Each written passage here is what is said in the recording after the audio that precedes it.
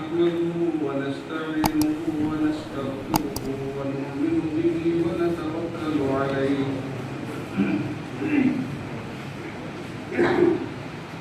ونعوذ بالله من شرور أنفسنا ومن سيئات أعمالنا من يهده الله فلا مضل له ومن يضلله فلا هادي له ونشهد أن لا إله إلا الله وحده لا شريك له ونشهد أن سيدنا ومولانا محمدا عبده ورسوله صلى الله تعالى على خير خلقه محمد وآله وأصحابه وسلم تسليما كثيرا كثيرا أما بعد أعوذ بالله من الشيطان الرجيم بسم الله الرحمن الرحيم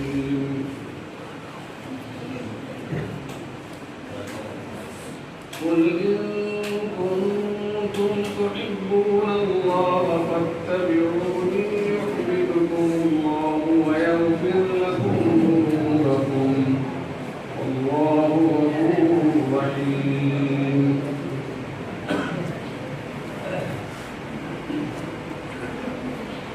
قال تعالى في مقام آخر وما أرسلناك إلا رحمة للعالمين صدق الله مولانا العظيم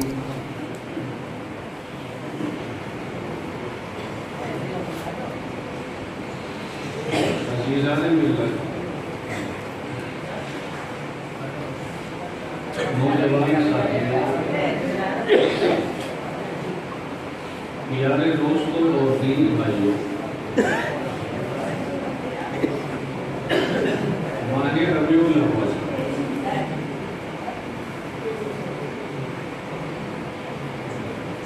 اس مہینے میں حضور اکرم صلی اللہ علیہ وسلم کائنات کے سردار امام الانبیاء سید الرسول بطحہ کائنات شاہ بدرخ نے آمنہ کے رخت جگر کی پیدائش ہوئی اور اسی مہینے میں وفات ہوئی۔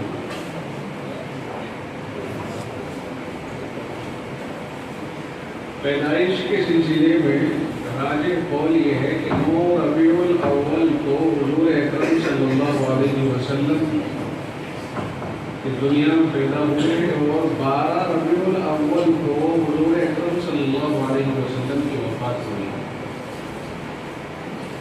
پیدائش کے بارے میں تو تاریخ مختلف ہے، 9 کے علاوہ بھی ہے، 8 بھی ہے، 12 تک، لیکن وفات کے بارے میں کوئی اختلاف نہیں ہے، وہ 12 ہی ہے اور اب 12 ربیع الاول ہی ہے۔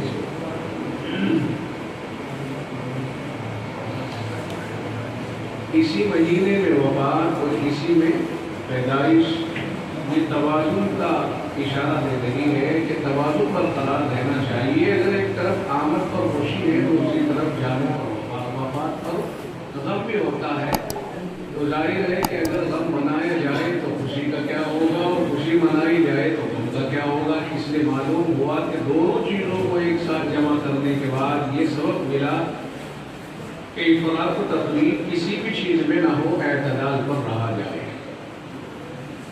کچھ لوگ ایسے ہوتے ہیں کہ بہت سے علاقوں میں اللہ کا شکر ہے ہمارا علاقہ اس سلسلے میں محفوظ ہے، بہت سے علاقوں میں جانا ہوتا ہے ہندوستان بھر کے اندر، ان میں لوگ اپنے گھروں پہ ہری جھنڈیاں لگا دیتے ہیں۔ کیوں لگا رکھی ہے؟ کہ عشق رسول کی علامت ہے، جو عاشق رسول ہوگا اس کے گھر پہ ہری جھنڈی ملے گی۔ 12 ربیع الاول کے موقع پر جلوس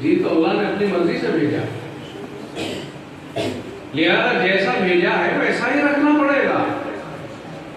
اللہ تعالیٰ تو ہمیں بھی دنیا میں بیٹھ کر کے کہہ دیا یا ایھا الذین آمنوا اتقوا اللہ حق تقاتہ ولا تموتن الا وانتم مسلمون، ایمان والو اللہ سے ایسے ڈرو جیسے ڈرنا چاہیے، اور تمہاری موت اس طرح آئے کہ تمہارے پاس اسلام باقی رہے جب تم مر رہے ہو۔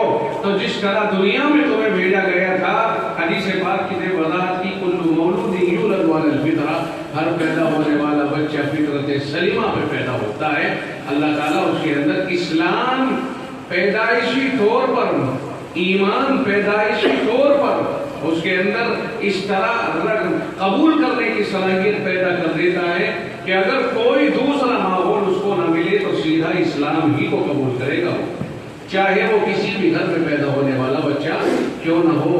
فَأَبَوَاهُ يُحَوِّدَانِهِ أَوْ يُنَصِّرَانِهِ أَوْ يُمَجِّسَانِهِ، پھر اس کے ماں باپ کا جیسا ماحول ہوتا ہے ویسا ہی وہ ڈھل جاتا ہے۔ ماں باپ اسے یہودی بنا دیتے ہیں یا نصرانی بنا دیتے ہیں یا مجوسی بنا دیتے ہیں، اس کے معنی یہ ہے کہ جیسا گھر کا ماحول ہوگا ویسا ہی بچہ بڑا ہو کر کے ڈھل جائے گا۔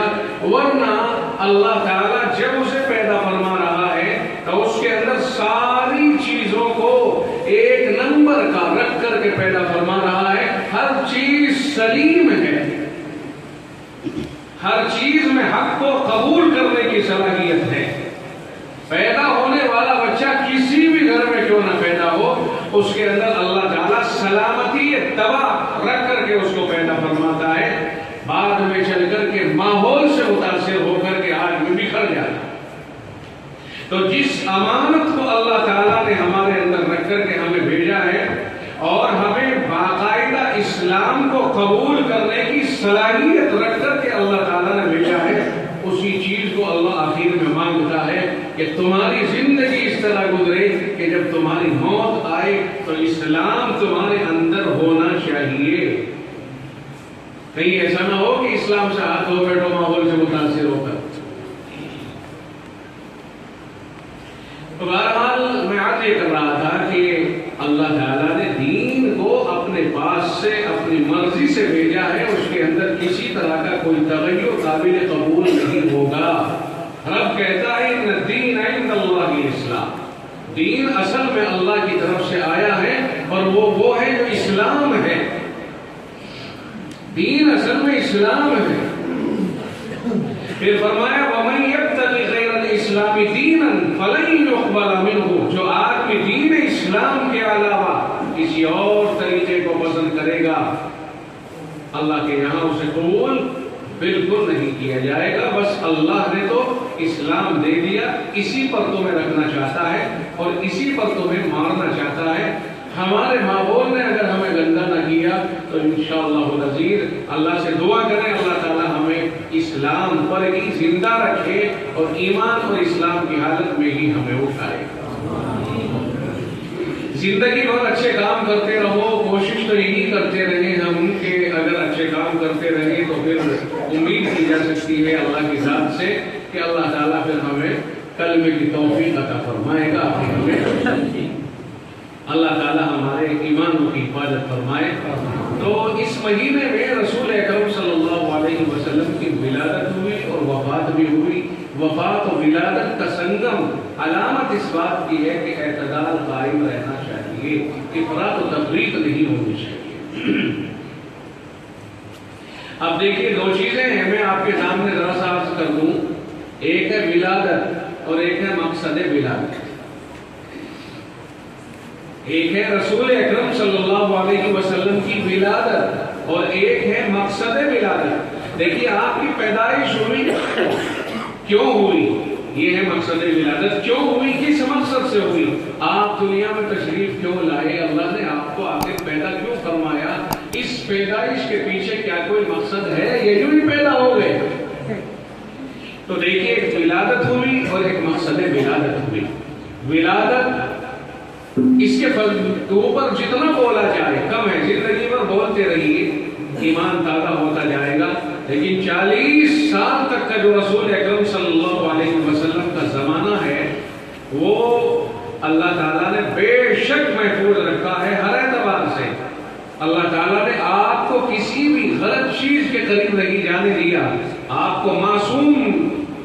کیا، آپ کو ہر چیز سے محفوظ رکھا، لیکن یہ زندگی آئیڈیل نہیں ہے. آئیڈیل اور نمونہ اصل میں وہ زندگی ہے جو 23 سالہ ہے، جب آپ کے اوپر نبوت کا تاج سجایا گیا ہے.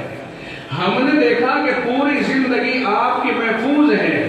پوری زندگی میں آقا اکرم صلی اللہ علیہ وسلم سے کبھی کوئی گناہ ہوا ہی نہیں، نہ اللہ تعالیٰ نے کوئی گناہ ہونے دیا ہے. لیکن نبوت والی زندگی وہ نہیں ہے. نبوت والی زندگی 40 سال کے بعد والی زندگی ہے، جسے اللہ تعالیٰ نے لوگوں کے لیے نمونہ بنایا ہے. دونوں زندگیاں محفوظ ہیں. نبوت سے پہلے کی زندگی بھی محفوظ، نبوت سے بعد کی زندگی بھی محفوظ. مگر نبوت سے پہلی زندگی کے اندر اللہ کی طرف سے واضح ہدایتیں نہیں تھی کہ اللہ تعالیٰ نے آپ کو کسی چیز کا مکلف بنایا ہو ظاہری طور پر. اور 23 سال کی جو بعد کی زندگی ہے، 40 سال سے لے کر 63 سال تک، اس زندگی میں اللہ تعالیٰ نے آپ کے اوپر احکامات نازل فرمائے اور ان احکامات کو امت کو پیش کرنے کا آپ کو مکلف بنایا. اب یہ جو وقت آپ کے اوپر گزر رہا ہے، یہ وہ وقت ہے جو آئیڈیل ہے لوگوں کے لیے، جس کے لیے اللہ نے اپنے کلام میں ارشاد فرمایا لَقَدْ كَانَ لَكُمْ فِي رَسُولِ اللَّهِ أُسْوَةٌ حَسَنَةٌ، کہ رسول اللہ کی زندگی میں تمہارے لیے بہترین نمونہ ہے، رول ماڈل ہے رسول اللہ کی زندگی. اگر کسی کو نمونہ بنانا ہو تو رسول کی زندگی کو اٹھائے اور اس پر چلے. رسول اللہ کی زندگی آئینہ ہے، ہم اپنے آپ کو اس میں دیکھ کر کے سنوارتے رہیں. فرمایا ما آتاکم الرسول فخذوہ، جو رسول تمہیں ہدایت جاری کرے اسے اختیار کرو، اور جو رسول جن چیزوں سے تم کو روک دے ان چیزوں سے رک جاؤ. تو آقا اکرم صلی اللہ علیہ وسلم کی زندگی کے 2 حصے ہیں، ایک نبوت سے پہلا، ایک نبوت کے بعد. نبوت سے پہلا بھی محفوظ، نبوت کے بعد کا بھی محفوظ. مگر 40 سال کے بعد میں جو نبوت ملنے کے بعد کا زمانہ ہے، در حقیقت اس زمانے کو آئیڈیل بنانے کے لیے حکم فرمایا ہے. پہلے زمانے کو بھی اگر آپ دیکھو گے منع نہیں کیا گیا ہے، اس لیے کہ وہ زمانہ بھی آپ کا بے انتہا محفوظ اور محتاط ہے. مگر حکم 40 سال کے بعد آپ کے اوپر نازل ہوا ہے. اب جو آپ کو اٹھنا، بیٹھنا، سونا، جاگنا اور تکلم فرمانا، مسکرانا، جو ناراض ہونا یا راضی ہونا، یہ ساری چیزیں آپ کی نمونہ بنتی چلی گئی ہے. آپ کی ولادت، اور ایک مقصد ہے ولادت. ولادت میں رسول اکرم صلی اللہ علیہ وسلم کے لیے جو جتنا بیان کرے کر لے.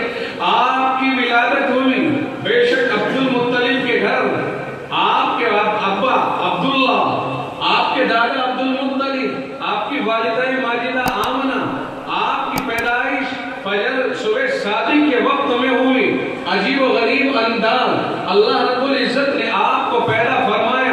آپ کی شہادت کی انگلی اس طرح اٹھ رہی ہے جس طرح کوئی اشہد ان لا الہ الا اللہ کہتے وقت اٹھاتا ہے.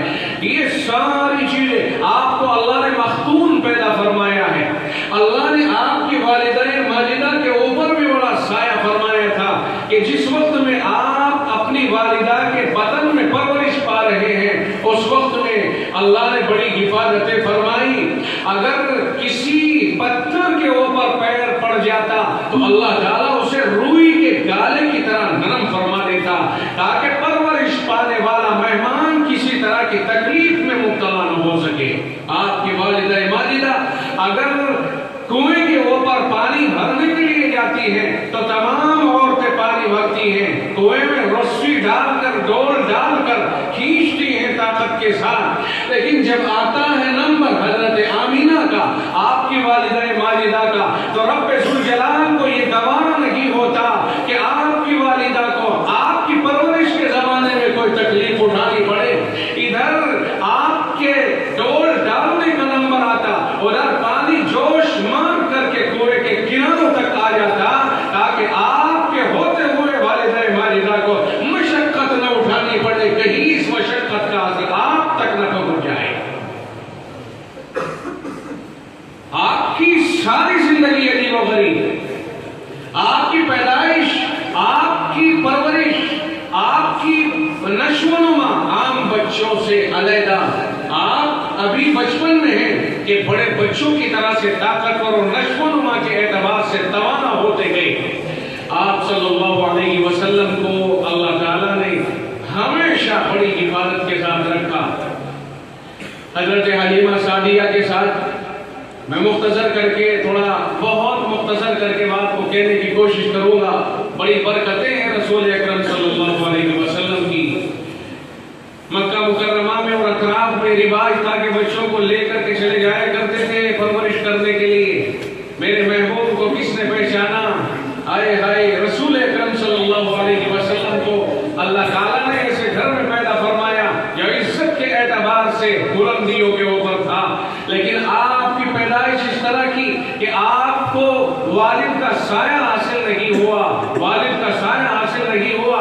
اور لوگوں میں یہ رواج تھا کہ جب بچے کو پالنے کے لیے کہیں لے جائیں گے تو اس کے گھر سے ہمیں انعام ملے گا، اور انعام وہیں سے ملے گا جہاں گنجائش ہوگی اور جس کا باپ موجود ہوگا۔ اس یتیم کو کون لے جائے کہ جس کا کوئی باپ ہی نہیں ہے؟ مگر مقدر خراب، مقدر اگر جاگ رہا ہے تو حلیمہ کا جاگ رہا ہے۔ اندر حاضر ہوئی، پہلے چہرے سے کپڑا اٹھایا، کھلکھلاتا اور مسکراتا چہرہ پایا، سینے سے لگا لیا اور لے کر کے وہاں سے چلی۔ اونٹنی میں طاقت آ گئی، جس قبیلے میں پہنچ گئے قبیلہ سرسبز و شاداب ہو گیا۔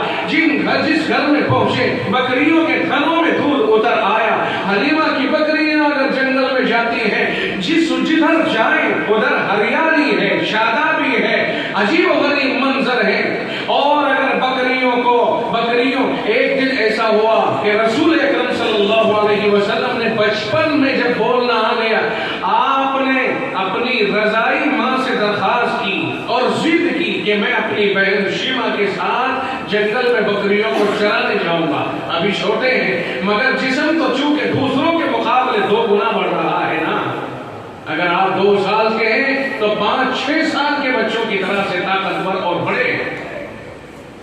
حضرت حلیمہ نے چونکہ عجیب و غریب بچہ ہے، حسن و جمال میں یکتا ہے، بیگانہ ہے، کس طرح سے جنگل میں بھیجا جائے، عذر کیا لیکن ضد کی، بالآخر شیما کے ساتھ بھیج دیا۔ حضور اکرم صلی اللہ علیہ وسلم ابھی بچے ہیں، بکریوں کو لے کر کے ان کی بہن اور رضائی بھائی پہنچتے ہیں جا کر کے جنگل میں۔ کتابوں میں لکھا ہے، سیرت کی کتابوں میں، اور بڑا عجیب و غریب لکھنے والوں نے بڑی تفصیل لکھی ہے، مگر مختصر یہ ہے کہ وہ ساری کی ساری بکریاں محبوب کبریا کی زیارت اور دیدار کے لیے بےتاب نظر آ رہی ہیں۔ ادھر انہیں چرنے کے لیے ہریالی حاصل ہو رہی ہے، اللہ کا کرشمہ، اللہ کی قدرت، اور دوسری طرف وہ بار بار محمد رسول اللہ کے ارد گرد چاروں طرف بیٹھ جاتی ہیں اور ٹکٹکی باندھ کر کے میرے محبوب کے چہرے کو تکتی رہتی ہیں۔ ان بکریوں کو اللہ تعالیٰ نے کیا فراست عطا فرمائی تھی۔ یہ آپ کے بچپن کے واقعات اگر آپ دیکھیں تو بڑے عجیب و غریب۔ حضور اکرم صلی اللہ علیہ وسلم کا آپریشن کیا گیا، اور ایک بار نہیں کئی بار آقا رحمت صلی اللہ علیہ وسلم کا آپریشن ہوا، یعنی سینے کو چاک کر کے آپ کا قلب اطہر نکال کر اسے باقاعدہ زمزم سے دھل کر اس کے اندر حکمتیں بھر کے اور وہ مادہ جو گناہوں کی طرف انسان کو آمادہ کر سکتا ہے اس کو نکال کر اور پھر فرشتے وہیں رکھ دیا کرتے۔ اس طرح سے رسول اکرم صلی اللہ علیہ وسلم کے ساتھ یہ واقعہ کئی بار پیش آیا ہے۔ ایک بار وہیں جنگل میں جب آپ بکریاں چرانے والوں کے ساتھ گئے ہوئے ہیں وہاں پیش آیا ہے، اور مشہور ہے اس کے اوپر تو شعراء نے باقاعدہ نظر بھی بنا رکھی ہے۔ فرشتے آئے، زمین پر لٹا لیا، باقاعدہ سینہ چیرا گیا۔ حلیمہ کی بیٹی شیما دیکھ رہی ہے، دوڑتی ہوئی اپنی ماں کے پاس آئی، میرے بھائی کے ساتھ اس طرح ہو گیا، انہیں قتل کر دیا گیا۔ حلیمہ گھبرائی ہوئی، بے قرار و بے تاب، جنگل میں پہنچی تو دیکھا کہ حضور اکرم صلی اللہ علیہ وسلم گھبرائے اور سہمے ہوئے ایک طرف کھڑے ہوئے ہیں، جا کے گود میں لیا، دیکھا تو باقاعدہ نشان موجود رہے آپ کے سینے کے اوپر، اگرچہ اس کو صاف کر دیا گیا اور وہ تو فرشتے تھے، وہاں تو کوئی تکلیف کا ہی مسئلہ نہیں تھا، لیکن رب نے نشان چھوڑ دیے تاکہ دنیا کو پتہ چل جائے کہ آپ کے ساتھ میں اللہ کی طرف سے کیا کیا مہربانیاں ہو رہی ہیں۔ کچھ نشان باقی رہے، خیر گھر لے کر کے آ گئی۔ مختصر یہ کہ پھر واپس چھوڑنے کا زمانہ آ گیا، پھر رسول اکرم صلی اللہ علیہ وسلم ذرا بڑے ہوئے، آگے بڑھتے رہے۔ دیکھو اللہ تعالیٰ نے ہمیشہ حفاظت فرمائی ہے آقا کی، کبھی کسی ایسی چیز کے قریب تک نہیں جانے دیا ہے۔ یاد ہوگا کہ ایک مرتبہ آقا رحمت صلی اللہ علیہ وسلم خانہ کعبہ کی تعمیر میں حصہ لے رہے ہیں، ابھی چھوٹے بچے ہیں، خانہ کعبہ کی تعمیر میں حصہ لے رہے ہیں، پتھر لے کر کے آ رہے ہیں اپنے چچا وغیرہ کے ساتھ، خاندانیوں کے ساتھ، تیمن باندھ رکھا ہے، تیمن پیر کے نیچے دبا کھل گیا۔ آقا رحمت صلی اللہ علیہ وسلم باحیا ہے، بچپن سے ہی بے ہوش ہو کر زمین کے اوپر گرے، کبھی بتوں کے قریب نہیں جانا ہوا۔ کیسے جاتے تو بت شکن تھے، بت پرست کیسے؟ اللہ تعالیٰ نے ادھر جانے ہی نہیں، اور اگر کبھی کسی میلے میں محبت کے ساتھ کوئی گھر کا لے کے چلا بھی گیا تو اللہ تعالیٰ نے وہاں نیند طاری کر دی، اور اس میلے کی خرافاتوں کی لذتوں سے محسوس نہیں ہونے دیا ہے۔ اللہ نے نیند طاری ہو گئی، پوری رات اگر وہ وہاں رہے تو ساری رات رسول اللہ سوتے رہے، آپ نے کوئی چیز وہاں پر ایسی نہیں دیکھی جس کی طرف آپ کا میلان ہو جاتا۔ اللہ تعالیٰ نے ہمیشہ حفاظت فرمائی ہے۔ کچھ بڑے ہوئے، شام کا سفر کیا 25 سال کی عمر میں، حضرت خدیجہ الکبریٰ کے مال کے امین بن کر کے ملک شام پہنچے ہیں۔ سارے تاجر اپنا مال بے انتہا اپنے فن کا مظاہرہ کرنے کی کوشش کر رہے ہیں تاکہ مال بک جائے، اور ادھر رسول اللہ مال کے پاس کھڑے ہوئے ہیں، اور لوگ چل چل کر کے مال لینے نہیں بلکہ مال والے کا دیدار کرنے کے لیے آ رہے ہیں بےتابی کے ساتھ۔ اور آقا کا مال بہت جلدی فروخت بھی ہوا، دوسرا مال لیا بھی اور بڑا نفع بھی حاصل کیا۔ سفر میں اگر سب درختوں کے نیچے سایہ کرنے لگتے ہیں اور میرے محبوب کو چھوٹا سمجھ کر کے، بچہ سمجھ کر کے ایک سائڈ میں کر دیتے ہیں تو رب ذوالجلال کو یہ گوارا نہیں ہوا، بلکہ پیڑ کی شاخ کو ادھر آنے کا حکم فرمایا، جس نے قریب ہو کر کے جھک کر کے رسول اللہ کے اوپر سایہ کر لیا، اور جس قافلے میں جدھر کو رسول اللہ جا رہے ہیں باقاعدہ ایک بدلی کو مکلف کیا گیا جو آپ کے اوپر برابر پورے سفر میں سایہ پکڑ رہی ہے۔ یہ ساری خوبیاں اللہ تعالیٰ نے بچپن سے ہی آپ کے اندر پیدا فرمائی۔ بڑے ہو گئے، جوان ہو گئے، 40 سال کے قریب آپ کی عمر آ گئی، 39.5 سال کی عمر کے بعد اللہ کی طرف سے ایک ذوق پیدا فرما دیا گیا کہ آپ تنہائی پسند گوشہ نشینی کو اختیار کرنے لگ گئے اور اسی کو پسند کرنے لگ گئے۔ اس کے لیے اللہ کے نبی علیہ الصلوۃ والسلام ابھی تو نبی نہیں بنے ہیں، ابھی تو محمد بن عبداللہ بن عبد المطلب ہیں۔ تنہائی پسند، عزلت پسند، آپ مخلوق میں غور فرما رہے ہیں، یہ کیا ہے؟ اس کا کوئی پیدا کرنے والا ہوگا، یہ آسمان ہے، یہ زمین ہے، یہ یوں ہی تو نہیں ہو گئے۔ اس طرح سے غور فرمانے لگی اور اسی میں کھو گئے، اسی تصور میں رہا کرتے تھے۔ 6 مہینے تک اللہ تعالیٰ نے ان چیزوں میں رکھا، آپ کو سچے خواب دکھائے جاتے رہے اور وحی کے نزول کے لیے آپ کو تیار کیا جاتا رہا، اس لیے کہ وحی اتنی آسان نہیں تھی۔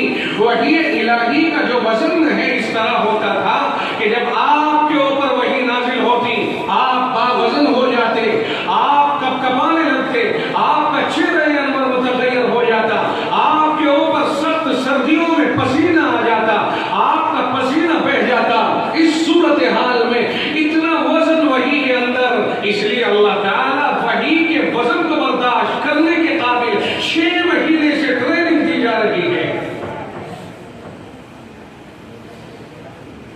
6 مہینے غار ثور کے غار حرا کے اوپر جن لوگوں نے حج کیا بہت سے لوگوں نے دیکھا بھی ہوگا غار حرا کو. غار حرا میں وہاں جا کر کے بیٹھ جاتے ہیں. اس طرح سے ایک پتھر کھڑا, ایک اس کی سائڈ میں اس طرح سے جھکا ہوا ہے, ان کے بیچ میں بیٹھ جاتے آپ, وہیں آپ کا مصلی ہوتا, بالکل چوٹی کے اوپر یہ منظر ہے, اور وہیں سے خانہ خدا, خانہ کعبہ ڈائریکٹ نظر آیا کرتا تھا. اور رسول اکرم صلی اللہ علیہ وسلم خانہ کعبہ کا دیدار کرتے رہتے اور مخلوق خدا کے اندر غور فرماتے رہتے. وہیں محتاج پہنچ جایا کرتے گرتے پڑتے, اور وہیں آقا کا دسترخوان چلا کرتا جو آپ لے جایا کرتے, خود بھی تناول فرماتے اور دوسرے غریبوں اور مسکینوں اور محتاجوں کو بھی وہی لنگر چلایا کرتے تھے. کبھی توشہ ختم ہو جاتا تو لینے کے لیے واپس گھر تشریف لاتے, اور اکثر و بیشتر حضرت خدیجہ الکبریٰ رضی اللہ تعالی عنہا وہ آپ کے لیے توشے کا انتظام کر کے اور وہیں پہاڑ کی چوٹی کے اوپر پہنچا کے آ جایا کرتے. 40 سال کی عمر ہوئی, اچانک رسول اکرم صلی اللہ علیہ وسلم کے اوپر وحی نازل ہوئی. اب تک جو چل رہا تھا وہ ولادت کی باتیں چل رہی تھی, اب 40 سال مکمل ہونے کے بعد مقصد ولادت آتا ہے کہ آپ کے پیدا ہونے کا مقصد یہ ہے, اقرأ بسم ربک الذی خلق, خلق الانسان من علق, اقرأ وربک الاکرم الذی علم بالقلم, علم الانسان ما لم يعلم. یہ ہے مقصد ولادت. آپ اسے لے کر کے دنیا بھر میں گھومیے, آپ اسے لوگوں کے سامنے پیش کیجیے. آپ کی پیدائش کا مقصد یہ ہے کہ آپ رب کے کلام کو اور رب کے پیغام کو اس کے بندوں تک عام کیجیے اور اس کے بندوں تک پہنچائیے. یہ ہے مقصد ولادت. آپ کی ولادت پر پوری کائنات کا اتفاق ہے, آج بھی اتفاق ہے, مقصد ولادت سے اختلاف ہے. بات بولے نہیں بڑھ رہی. آپ کی ولادت یعنی آپ کی پیدائش, آپ کی خوبیاں, آپ کی صفات, آپ کی امانت داری, آپ کی دیانت داری, آپ کی صداقت, آپ کی کرامت, ان سب چیزوں کے اوپر بڑے سے بڑا دشمن اتفاق کرتا ہے. ابو جہل بھی قائل ہے, ابو لہب بھی قائل ہے, تمام لوگ قائل ہیں. اور جس وقت میں جناب محمد رسول اللہ صلی اللہ علیہ وسلم نے اعلان فرمایا تھا کوہ صفا کے اوپر کہ لوگوں میں تمہارے سامنے ایک زمانے تک رہا ہوں, لوگوں میں تمہارے درمیان میں لمبی زندگی گزار کے آ رہا ہوں, فقط لبثت فیکم عمرا فهل وجدتمونی صادقا ام کاذبا. بتاؤ میں تمہارے درمیان اتنا عرصہ زندگی کا گزار کے آیا, آج تک تم نے مجھے کیسا پایا ہے, تم نے مجھے سچا پایا ہے کہ جھوٹا پایا ہے. بتاؤ مجھے میری زندگی کے اوپر انگلی اٹھا کر کے بتاؤ, میرے کردار کے اوپر زندگی کے اوپر انگلی اٹھا کر کے دکھاؤ, میری زندگی کا سرچ کرو, آپریشن کرو, اور یہ بتاؤ کہ تم نے مجھے کیسا پایا ہے. جس وقت میں آقا نے یہ فرمایا اس وقت میں مکہ مکرمہ کے بڑے بڑے اقباط مکہ, صدرِ مکہ اور سردار مکہ موجود ہیں. رسول اکرم صلی اللہ علیہ وسلم نے اپنے آپ کو لوگوں کے سامنے پیش کیا, کردار کو پیش کیا, کیونکہ کردار پر کوئی انگلی اٹھا دے تو اس کا وقار گر جایا کرتا ہے. اس لیے آقا نے پہلے اپنے کردار کو پیش فرمایا کہ تمہیں اختیار ہے, جتنے کھڑے ہوئے ہو میری پیدائش سے لے کر کے آج تک کے میرے کردار کے اوپر تم سرچ کرو, تحقیق کرو, نظر ڈالو اور مجھے بتاؤ کہ تم نے میری زندگی کو کیسا پایا. ہر شخص یہ کہنے پہ مجبور تھا, جربنا کا مرارن ما وجدنا کا الا صدقا, ہم نے آپ کو بار بار آزمایا مگر سچائی کے سوا کچھ نہ پایا. آپ کی امانت کے بڑے سے بڑے دشمن قائل رہے ہیں, کوئی آپ کے حسن سے مخالف نہیں, منحرف نہیں. پوری دنیا جانتی ہے کہ آپ سے حسین کوئی نہیں, پوری دنیا جانتی ہے آپ سے زیادہ دیانت دار, امانت دار اور غریبوں کا باری, یتیموں کا منوا اور ملجا, مسکینوں کی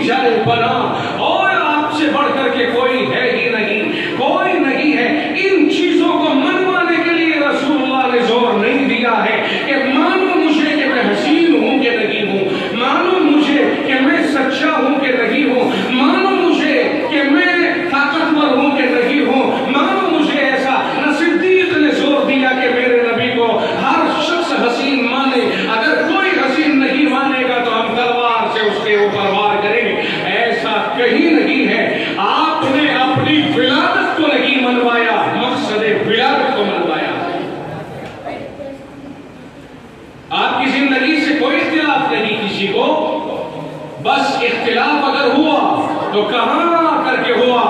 جس وقت میں آپ نے اپنے مقصد ولادت کو یعنی پیدا ہونے کے مقصد کو پیش کیا کہ لوگوں مجھے اللہ نے اس لیے پیدا کیا ہے کہ میں ایک پیغام تمہیں پیش کر رہا ہوں. رب ذوالجلال نے مجھے یوں کہا لا الہ الا اللہ کی انہیں دعوت دو، میں تمہیں رب کا دیا ہوا پیغام سناتا ہوں. اتنا شاندار پیغام سنا رہا ہوں کہ مجھ سے پہلے اتنا خیر خواہانہ پیغام آیا ہی نہیں. قولوا لا الہ الا اللہ تفلحوا، لا الہ الا اللہ پڑھ لو کامیاب ہو جاؤ گے.